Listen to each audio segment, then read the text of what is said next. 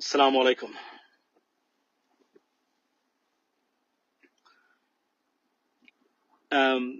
Good evening, ladies and gentlemen. যুদ্ধের 11তম দিন বা ডে নাম্বার 11। আজকে অনেকগুলো আপডেট আছে, তার মধ্যে একটা হলো যে প্রেসিডেন্ট ট্রাম্প আপনার রাশিয়ান প্রেসিডেন্ট ভ্লাদিমির পুতিনের সাথে এই যুদ্ধের বিস্তারিত অনেকগুলো বিষয় আলোচনা করেছেন। এই আলোচনার ভিতরে তারা মোটামুটি চ্যানেল 4-এ একটু আগে দেখলাম বাংলাদেশ নিয়ে আপনার এই একটা রিপোর্ট করেছে, বাংলাদেশের ইউনিভার্সিটির উপর রিপোর্ট করে সেখানে বলছে যে তেলের জন্য মানুষ লাইন ধরে আছে। আমি একটা জিনিস বুঝলাম না, যে আজকে দেখলাম যে তেলের জন্য আরো অনেক দেশ মানে বিপর্যস্ত, কিন্তু আন্তর্জাতিক মিডিয়ায় বাংলাদেশ এটার একটা গুড সাইড অবশ্য আছে। বাংলাদেশকে এটা মানে এটা গুরুত্বের সহিত দেখা হচ্ছে বাংলাদেশকে, বাংলাদেশের মতো দেশের তেলের হাহাকার। এটা আমি মনে করি যে এটা একটা গুরুত্বপূর্ণ জিনিস যে এখানে তারা আলোচনায় আনছেন। এবং আমি বললাম না, গতকালকে বলেছে টাকার কালসন বলছেন বাংলাদেশের তেলের জন্য হাহাকার, এবং আজকে চ্যানেল 4ও বলছে তেলের জন্য হাহাকার। সো এটা একটা নজিরবিহীন ঘটনা যে আমরা তো জানি না, কিন্তু বাংলাদেশ যে এভাবে কোনো কিছু ঘটলেই বাংলাদেশের নাম এখন উচ্চারিত হয় সব জায়গাতে, সেটা একটা গুরুত্বপূর্ণ জিনিস। কিছু মানুষ ফ্যামিলি কার্ড নিয়ে এটা রাজনীতি করার কি আছে, এটা তো দেশের অসহায় মানুষের জন্য সুহাগ হোসেন। এখানে আমি একটা জিনিস বলে রাখি, আমি আসছি আপনার পয়েন্টে, ভালো একটা জিনিস মনে করিয়ে দিয়েছেন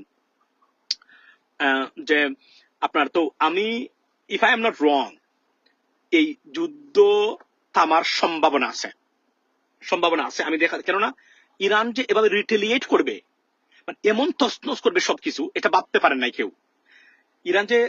ইরান যে করবে শুধুমাত্র মানে প্রেসিডেন্ট ট্রাম্পকে ভুল বুঝিয়ে আমেরিকাকে ভুল বোঝানো হয়েছে, এটা নির্দ্বিধায় বলা যায়। মানে ইরান, বিশেষ করে আমি আপনাকে বলি, ইন্টেলিজেন্স ছিল যে মধ্যপ্রাচ্যের কোনো দেশে ইরান আক্রমণ করবে না, এবং মার্কিন কোন বেইজে ইরান আক্রমণ করবে না। দেখেন, এটা মোটামুটি তারা কনফার্ম ছিলেন, কিন্তু ইরান যেটা করেছে প্রথম দিনেই এখানে মানে তারা এই ধরনের মানে পথে গেছে। সুতরাং প্রথম দিনেই এই যুদ্ধের গতি পাল্টিয়ে দিয়েছে তারা নির্দ্বিধায়। তো এই কারণে আর এই যে ইরান যে এত তছনছ করবে, আর ইসরায়েলি তো দেশের ভিতরে সীমাহীন অবস্থা, ভয়ঙ্কর অবস্থা চলছে। সো এই যে ডিস্ট্রাকশন, তারা তো ডিস্ট্রাকশনের শিকার হবেই স্বাভাবিকভাবেই, বাট তারাও যে ডিস্ট্রাকশন করেছে এটা কল্পনা করতে পারেন নাই কেউ। যে কারণে এই যুদ্ধ চালিয়ে যাওয়াটা কোনো অবস্থাতেই আর অন্য পক্ষ যারা আছেন তাদের জন্য সুখকর নয় বা ভালো রেজাল্ট হয়ে আনবে না। এদেরকে সরানো যাবে না, এই রেজিমকে দেখে দেন না গো, এই রেজিম থাকবেই। ইরান জ্বলে পুড়ে গেলেও তারা থাকবে, that's the bottom line. So এটা সমর্থক কনফার্ম হয়েছে। এখন আমি আবার বলি যে ইরান যুদ্ধের পরে পৃথিবীর রাজনীতি, ভূ রাজনীতি, ইন্টারন্যাশনাল অ্যাফেয়ার্স অনেক মাতব্বরি অনেকের কমে যাবে একদম। কেননা যেভাবে তারা মনে করেছিলেন ওভারনাইট যুদ্ধ চালিয়ে কোন অবস্থাতেই মানে ইউরোপ এবং আমেরিকার জন্য কোন অবস্থাতে এটা লাভজনক নয়। সুতরাং আমি দেখতেছি president Trump, to be honest, America achieved so many things from this war already. They wanted to eliminate regime, the head of the regime, and they have achieved it. They have done it. So that's it. এখন বাকি যেটা হবে, কিন্তু ইরানিয়ানরা তারা তো আগ থেকেই যুদ্ধের জন্য প্রস্তুতি ছিল। তারা মনে করেন যে তাদের উপর একটা যুদ্ধ চাপিয়ে, দেখেন আমি যেখানে আমার মতো একজন ব্যক্তি, যখন আমি যখন গ্যারান্টি দিলাম সবাই বলছেন যুদ্ধ হবে না, আমি বলছি there will be a war, there will be a war। এবং এটা আমি আমার ফেসবুকে আমার ইউটিউব চ্যানেলে আমি সবসময় বলেছি আপনাদেরকে, আমার মতো একজন ব্যক্তি যদি এটা জানি, যারা এক্সপার্টিজ আছেন আরো প্রফেশনাল এই জগতে, মানে তারা জানেন মিলিটারি ডিফেন্স সম্বন্ধে আরো, মানে যারা কাজ করেছেন তারা কি জানেন? অফকোর্স তারা জানেন।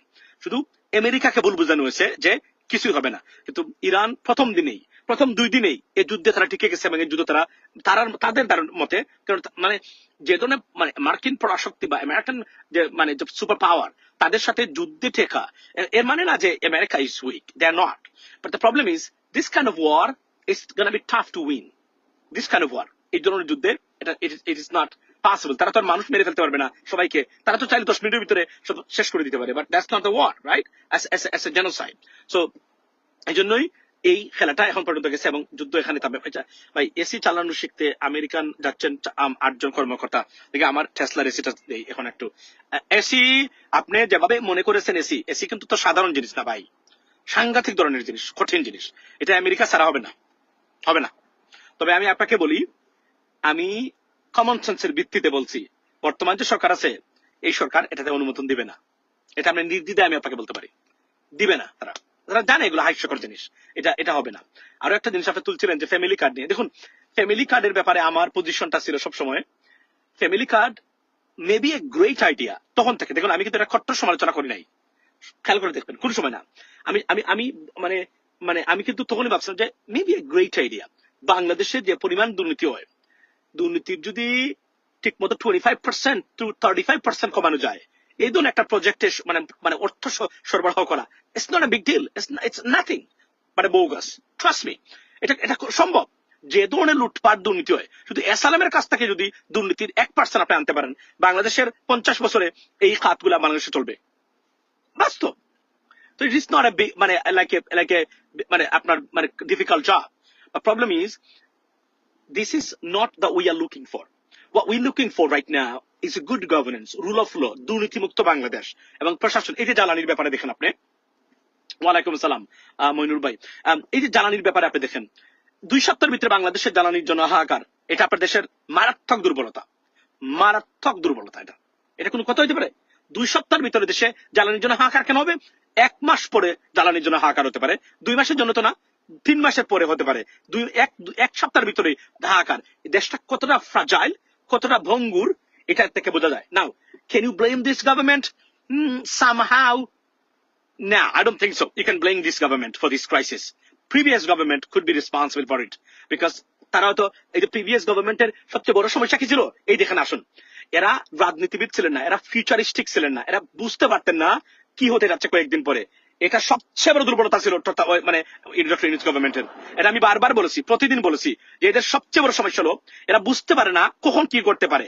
এই যে রাজনৈতিক জ্ঞান একদম জিরো ছিল, যারা মানে এ টু জেড যত উপদেষ্টা ছিলেন সবার একদম ছাত্র উপদেষ্টা তো হচ্ছে বিপ্লবী আন্দোলনকারী। এরা তো কোনো রাষ্ট্র ভাবনা বা রাষ্ট্র চিন্তা, রাষ্ট্র ব্যবস্থাপনা এরা জড়িত না। এরা জীবনে কাজকর্ম করে নাই, পড়ালেখা মাত্র শেষ করেছে, কেউ করে নাই।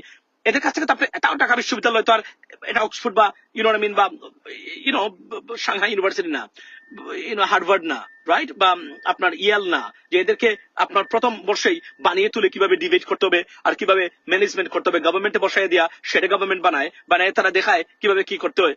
দে হ্যাভ নো আইডিয়া। ফরেন পলিসিতে এখানে যারা ছিলেন জিরো আইডিয়া, এবং পররাষ্ট্র উপদেষ্টা যিনি ছিলেন উনারও তেমন একটা ভালো মানে এটা আমি সরি এর চেয়ে বেশি আর সমালোচনা করতে যাচ্ছি না এই মুহূর্তে। সো এইগুলো ছিল সমস্যা। তারা 1 মাসের রিজার্ভ দিয়ে দিতে পারতেন। এই সরকার এসে মনে রাখবেন, জ্বালানি crisis is the number 1 crisis for the future, এবং ফুড ক্রাইসিস, এই দুটো ক্রাইসিস হলো সবচেয়ে বড় ক্রাইসিস এই পৃথিবীতে। কাপড়ের ক্রাইসিস কোনো ক্রাইসিস না। কাপড় আপনি আমার যা আছে, আমি আর 5 বছর যদি কাপড় না কিনি আমার কোনো সমস্যা নাই, কিন্তু বা আপনার যা আছে কেন না হলে নতুন কাপড় কিনলেন না, এটাই তো। কিন্তু আপনি তো আর উলঙ্গ থাকবেন না, কাপড় তো আছে, তাই তো? কিন্তু খানি তো চলবে, খানি তো চলতে হবে, আগামীকালকে খাইতে হবে, সকালে খাইতে হবে, এই ইফতার করে খাওয়া লাগবে, সবকিছু। This is the reason leaders and gentleman. So মূল জায়গাটা হলো এই যুদ্ধ আমার দ্বারা যুদ্ধ থামা বা বন্ধের পথে আছে বলে আমি মনে করি। তো ভালো থাকবেন, এটাই ছিল আপডেট। এবং ফ্যামিলি কার্ড নিয়ে বলছিলাম, family card is a great idea.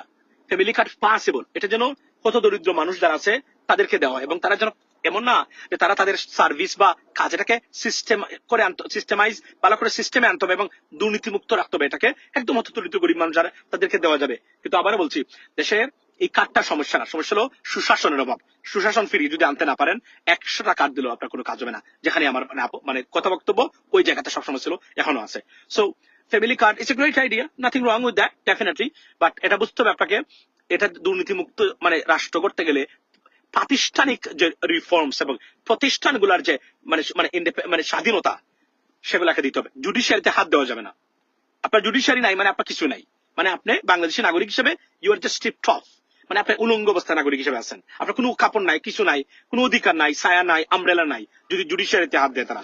দুর্নীতি দমন কমিশন, ইলেকশন কমিশন, এগুলোর যদি রিফর্মস এবং আন্তর্জাতিক মানে প্রতিষ্ঠান না করা হয়, জ্বালানির ক্ষেত্রে মানে অন্য লেভেলের মানে আমাদের মানে ডিপেন্ডেন্সি, যেটাকে আমরা বলি যে এই আপনার এই প্রোটেকশন থাকতে হবে, না হলে দেশ কিন্তু বিপর্যস্ত হবে। কেননা আর যদি ইরান যুদ্ধ শেষ হয়ে যায়, আগামীতে মানে পৃথিবীতে কয়েক বছরের ভিতরে কোনো যুদ্ধ লাগবে না এত সহজে। মানে যদি এভাবেই শেষ হয়ে যায়, ইরানিয়ান গভর্নমেন্ট বা রেজিম যদি টিকে যায় তারা, কারণ এখানে অনেক মেকানিজম আছে, we can talk about later, ladies and gentleman. So এটি হচ্ছে খবর। এবং যাওয়ার আগে বলি, প্রবাসী যারা আছেন যারা এতদিন বিভিন্ন ভিডিও ছবি ইরান মানে মধ্যপ্রাচ্যে বিভিন্ন দেশে আক্রমণের দিচ্ছেন, এদেরকে তারা মামলা দিয়ে গ্রেফতার করে দেশে পাঠাচ্ছে এখন। ডু নট ডু দ্যাট, তাড়াতাড়ি ডিলিট করে দিবেন, সবকিছু ডিলিট করে দিবেন, এগুলো রাখবেন না, এগুলো বিপদ আনতে পারে আপনাদেরকে। এটাই ছিল আমার বক্তব্য। ভালো থাকবেন, কথা অন্য সময়। আমি আসলে ফারদিনকে নেওয়ার জন্য আসছি, একটু আর্লি চলে আসছি, মাথার মধ্যে অনেক জিনিস আছে যে কারণে আমি জানিও না যে আমি অনেক আর্লি চলে আসছি। সত্যতা বলতে গেলে 20 মিনিট আগেই চলে আসছি।